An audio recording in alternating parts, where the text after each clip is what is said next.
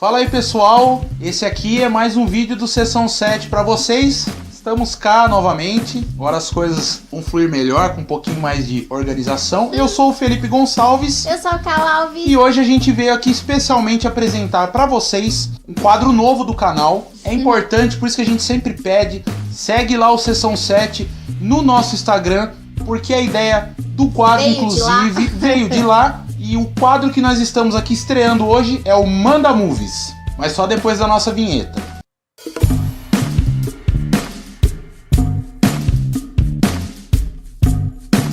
Bom pessoal, então eu e a Cal vamos fazer aqui um breve apanhado, uma explicaçãozinha rápida para vocês entenderem de onde surgiu a ideia e o que é, afinal de contas, o Manda Movies. Manda Movies.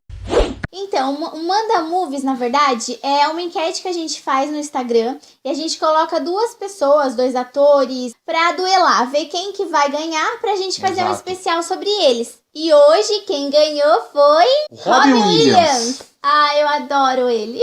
Ele estava disputando com o Tom Hanks na nossa enquete, Verdade. né? Pegamos na semana do aniversário do Tom Hanks, a gente colocou o Tom Hanks e uma outra pessoa não menos importante que o Tom Hanks. O Tom Hanks tem uma contribuição ímpar para o cinema, para a história do cinema Hollywood. Verdade. Mas o Robin Williams, ele tem uma contribuição, se não tão parecida, quem dirá em alguns aspectos até maior do que, verdade. de repente, o próprio Tom Hanks. Pra mim, eu acho que o Robin Williams, ele tem um significado muito maior do que o Tom Hanks na minha infância. Porque eu assisti dois filmes que eu amo, que eu vou até citar mais pra frente, que marcou pra mim aquela fase, mais que o Tom Hanks, né? Bom, e como aqui somos um canal que viemos para tentar agradar aí a família tradicional brasileira, mentira. Mas aqui não tem nada de manda nudes, não. Aqui é negócio é cinema. Movies. Quer manda movies? Vocês querem movies? Então toma movies aí para vocês. Infelizmente, muito do que se fala hoje em dia sobre o Robin Williams veio decorrente do trágico final da história dele. Não é nisso que a gente quer focar aqui. Não. Todo mundo sabe o que aconteceu. A gente não quer contar sobre o que aconteceu, né? O final da história dele. Vamos falar como ele viveu. Coisas boas. E a imensa contribuição que ele fez para Hollywood e para a história do cinema como um todo. Robin McLaurin Williams nasceu em Chicago, Illinois, e desde criança já apontava que estava destinado ao estrelato, né? É verdade, um canceriano fofo, bem típico. Ele começou a carreira dele na televisão, inclusive um papel que ele fez na TV, eu estava pesquisando, rendeu para ele um spin-off, ou seja, de uma participação que ele fez em um seriado, ele ganhou o próprio seriado dele com aquele personagem. Ai, que legal. Que era um alienígena de roupas coloridas e tal, que vivia imitando vozes, que é uma coisa que é uma marca registrada dele, né? Ele tem fama de ser um imitador, um ator comediante, dramático também em alguns momentos, mas assim, a veia cômica dele é muito forte, ele sempre gostou muito de imitar as pessoas. Verdade. Ele começou imitando a avó dele pra mãe dele. Então, dizem que inclusive pelo fato dele ter imitado muito tempo a mãe e a avó, isso daí serviu de laboratório pra ele, inclusive fazer uma babá quase perfeita. Ai, verdade. Que é um dos filmes que eu estava falando, que marca a infância. E é filmes como esse que marcam a nossa infância. Eu tenho lembranças como essa e outras muito boas também. E a gente vai fazer aqui um apanhado dos filmes dele ao longo das décadas. Inclusive, no filme Uma Babá Quase Perfeita, ele conta a historinha lá pras crianças e tal, imitando a voz dos personagens e tal. E ele fazia isso na vida real com a filha dele, a Zelda. Só que ela não gostava, então ela falava pra ele falar: pai, leia a história normal, por favor. Ora, a mina tinha o Robin Williams interpretando o livro pra ela. A criança é fogo, né? Aliás, inclusive, um lado nerd que muita gente não conhece do Robin Williams, que ele é um cara que curtia muito videogames, tanto que a filha dele chama Zelda por causa do The Legend of Zelda, né? Do jogo do famoso e da Nintendo, todos vocês devem conhecer. Depois de ter estrelado e ter feito sucesso na TV com Mark e Mindy, né? Que ela atingiu o estrelato, ele começou a fazer trabalhos pro cinema. E depois de ter feito alguns trabalhos como O Mundo Segundo Garp e O Negócio para Sobreviver, ele conseguiu em 1987 um trabalho que trouxe muita notoriedade para ele, que é o Bom Dia Vietnã. Bom Dia Vietnã, eu que adoro é um esse filme. Putz, sensacional, é importante, por isso que é bom a gente tá sempre focando em fazer esses especiais, falar desses caras, porque as próximas gerações precisam entender o tamanho da contribuição desses caras pro cinema. Nossa, ele foi fantástico, sensacional. E esse Bom Dia Vietnã, gente, é muito bom, assistam. Inclusive, desse filme, Bom Dia Vietnã, ele foi indicado como o melhor ator no Oscar, mas não ganhou. Pois é, o Robin Williams ele é conhecido por ter uma versatilidade muito grande, apesar da veia cômica. o currículo dele é extremamente, absolutamente invejável. Ele tem trabalhos fantásticos de filmes infantis, desde dramas, filmes românticos, por exemplo, como Amor Além da Vida. Tem um filme que marcou muito minha infância, eu queria falar só um pouquinho dele, que é o Hulk, A Volta do Capitão Gancho. Parecido com o que estão fazendo com essa versão nova do Ursinho Puff, onde o Cristóvão é adulto e volta e lembra como que era na época das crianças. É a mesma coisa no filme. Ele vai parar na Terra do Nunca e ele adulto descobre que na verdade ele é o Peter Pan. Tem o Dustin Hoffman que faz o Capitão Gancho lá. É um filme legal pra caramba. Isso já entrando no início dos anos 90, onde ele ficaria marcado principalmente pelas comédias e pelos filmes infantis. Pra mim, o que marcou muito na minha infância foi o Jumanji. Nossa, gente, ele é sensacional, aquele filme. Ele atuou... Não, gente, aquele filme pra mim é sensacional. E eu assisti muito quando eu era pequena. Então, os dois filmes que me marcaram muito foi Uma Babá Quase Perfeita e Jumanji. Que eu assistia, assim, passava na sessão da tarde, toda vez eu ia lá e assistia. Tanto que eu gravei na fita cassete, eu tinha os dois filmes. Eu tinha o Hulk, A Volta do Capitão Gancho, eu tinha no VHS também. Ainda no finalzinho dos anos 80, pra ser mais preciso, em 1989, ele protagonizou, fez o professor daquele filme A Sociedade dos Poetas Mortos, né? Onde é um filme que também marcou muito essa geração ter feito o papel de um personagem acadêmico que quer ensinar os alunos dele a viver, ele quer desconstruir um monte de ideia retrógrada, um monte de coisa, ensinar os jovens a pensarem e questionarem, né? Tentarem formar as próprias ideias e tal. Arte. Inclusive inspirou muitas pessoas, provavelmente, a se tornarem professores aí, deve ter inspirado muita gente. Entrando nos anos 90 aí, muito antes de ter feito o Hulk, ter feito esses filmes aí que a gente citou, o Robin Williams também estrelou Um Tempo de Despertar, assim como O Pescador de Ilusões. E o Robin Williams, ele tem um momento crucial na carreira dele, inclusive que dividiu, entre antes e depois, a dublagem das animações americanas, que foi quando ele foi escalado para fazer o gênio do Aladdin. Inclusive não era, na época, comum atores, inclusive do porte do Robin Williams, fazerem trabalhos de dublagem para o cinema. Sempre existiram dubladores excepcionais nos Estados Unidos, e eles escolheram o Robin Williams para fazer esse papel. Um tempo depois ele acabou, acho que até se desentendendo com a Disney por conta disso daí. Só que assim, e a gente tinha muito hábito, a dublagem do Márcio Simões, inclusive, que era o dublador do Robin Williams também nos filmes, né? Ele dublou, eles escolheram o dublador dele para fazer o gênio do filme dublado, exato. Que é um cara excelente, excepcional também.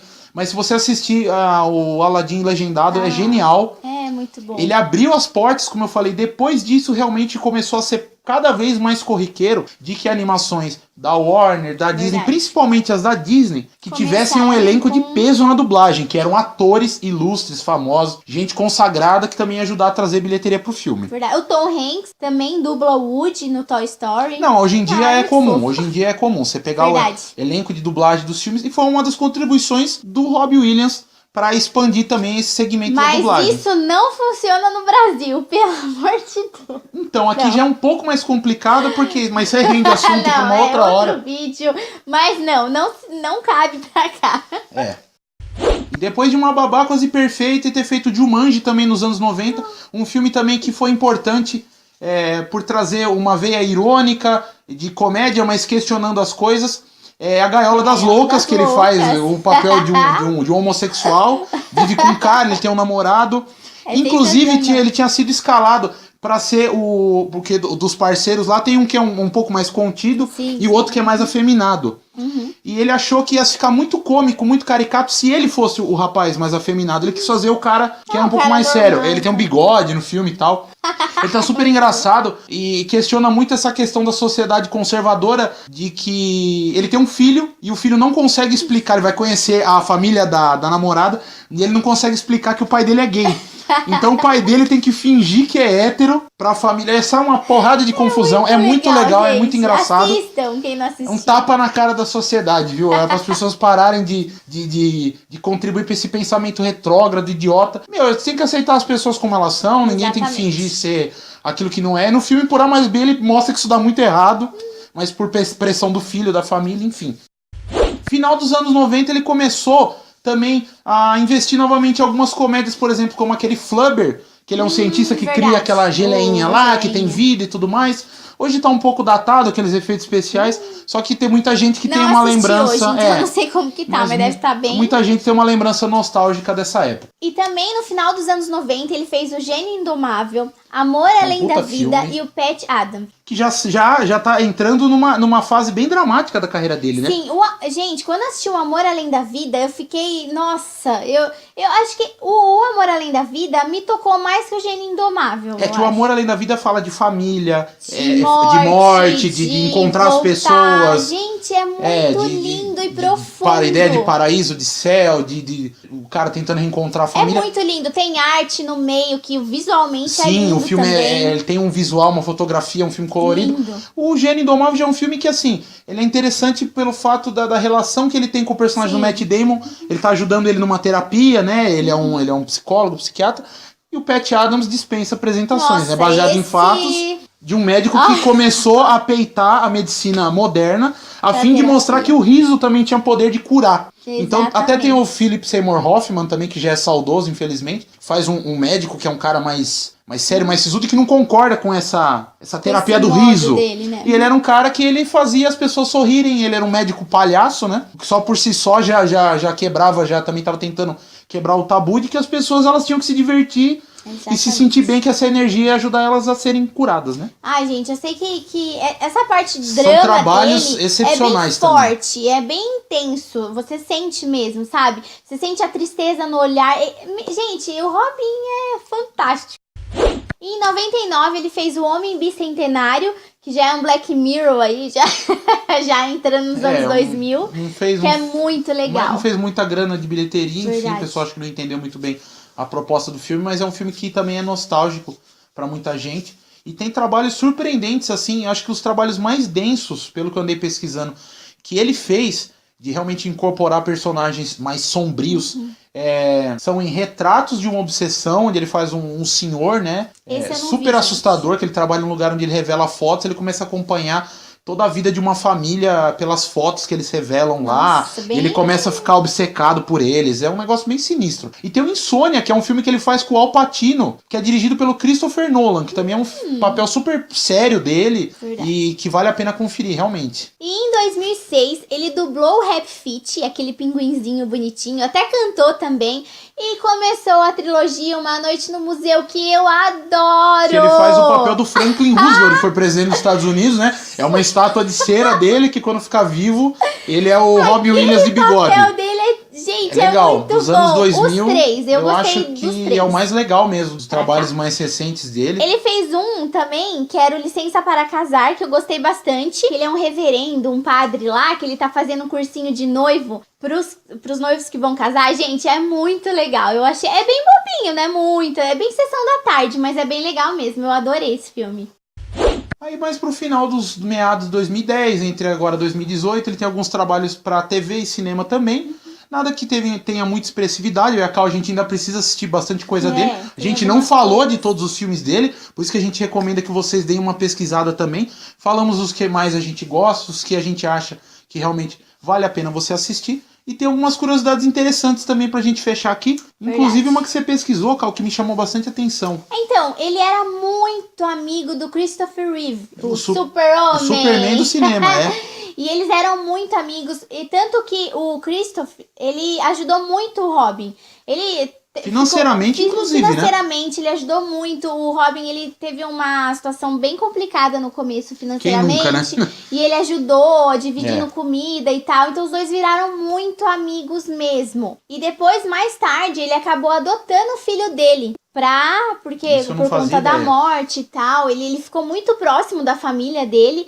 E ele acabou ficando com o menino. Eles eram tão próximos que ele adotou o filho do Christopher Reeve. Imagina o quanto ele sofreu quando o Christopher faleceu, né? Nossa, imagina. E essas pessoas geralmente são tão intensas, né? Nossa, imagina. Uma outra coisa também que a gente não pode deixar de falar, que reforça também a veia nerd dele, que Doctor Who e Star Trek eram as séries, os programas de televisão favoritos do Robin Williams. Tanto que ele quase fez Star Trek, só que no final ele acabou não indo fazer o teste, parece, e ele não fez, mas quase, gente. E eu vi também, teve uma ocasião que ele e o Billy Crystal, eles estavam passando pelos estúdios de gravação do Friends, e que parece que o diretor do Friends, na ocasião, chamou eles fizeram um contracenado super rápido com o elenco do Friends, e eles fizeram uma participação de improviso. Não tinha texto, não tinha roteiro, eles sentaram no sofá, conversaram, enquanto o pessoal, o resto do elenco, ficava só ouvindo a conversa deles, falando sobre traição. Ele desabafa que a mulher dele, ele acha que a mulher dele tá traindo ele com outro cara. Aí o personagem do Billy Crystal fala pra ele que a esposa dele tá traindo, ele tá sendo traído com ele. Nossa. Aí eles começam a discutir e tal, e tudo isso daí não tinha texto, não tinha nada escrito. Ele era muito bom de improviso. Ele era um cara muito bom de improviso, ele teve uma época também, por uma passagem da carreira profissional dele de ator e de comediante no stand-up também. O Jim Carrey, muitos deles começaram, né? E muitos voltaram, inclusive, também, né? Verdade. O próprio Steve Martin, o Chris Rock faz stand-up até hoje e tal. Não sei de nenhuma passagem recente dele por esse tipo de comédia. Eu acho que depois ele passou a se dedicar mais pra cinema e TV mesmo. E o livro de cabeceira dele era O Leão, a Feiticeira e o Guarda-Roupa, as Crônicas de Nárnia, que eu legal. adoro. Ele Ele gostava lia de muito. ler na infância dele, né? E tanto que ele leu pra filha dele, né? Sem as vozes, claro. Ela não queria. Bom, pessoal, esse aqui foi um apanhado que a gente fez com muito carinho, lembrando que é um cara que marcou as nossas vidas, enquanto cinéfilo, enquanto a nossa infância mesmo, lembranças Exatamente. gostosas, conhecemos, aprendemos muito com ele. Deixa aqui o nosso registro, nosso abraço a todos vocês que também são fãs dele. Vocês que ainda não conhecem, têm curiosidade de saber mais sobre a obra dele, pesquise. A gente sempre que puder vai estar trazendo informação relevante, legal, gostosa de ser lembrada, de ser compartilhada aqui com vocês, sobre pessoas. E se você quiser participar do próximo Manda Movies, que toda vez por mês vai ao ar. Instagram, pessoal. Exato. E comentem aqui também qual que é o melhor filme deles que vocês gostam. Deixa os comentários, alguma coisa que a gente esqueceu de falar aqui que vocês querem compartilhar com quem assistiu o vídeo também. Siga o Sessão 7 aqui nas redes sociais, dê o seu feedback, comente aqui o que você está achando a respeito do nosso canal, é muito importante pra gente. Um abraço pra todo mundo de Jundiaí e região que tá apoiando, fazendo a gente cada vez mais longe. E é isso, pessoal. Esse é mais um vídeo do Sessão 7, o Sessão 7 fica por aqui. Não deixa de se inscrever no canal também, clicar no sininho das notificações para você estar recebendo os nossos vídeos aí em primeira mão. Eu sou o Felipe Gonçalves. E eu sou a Cal Alves. Até a próxima, pessoal. Tchau, até mais.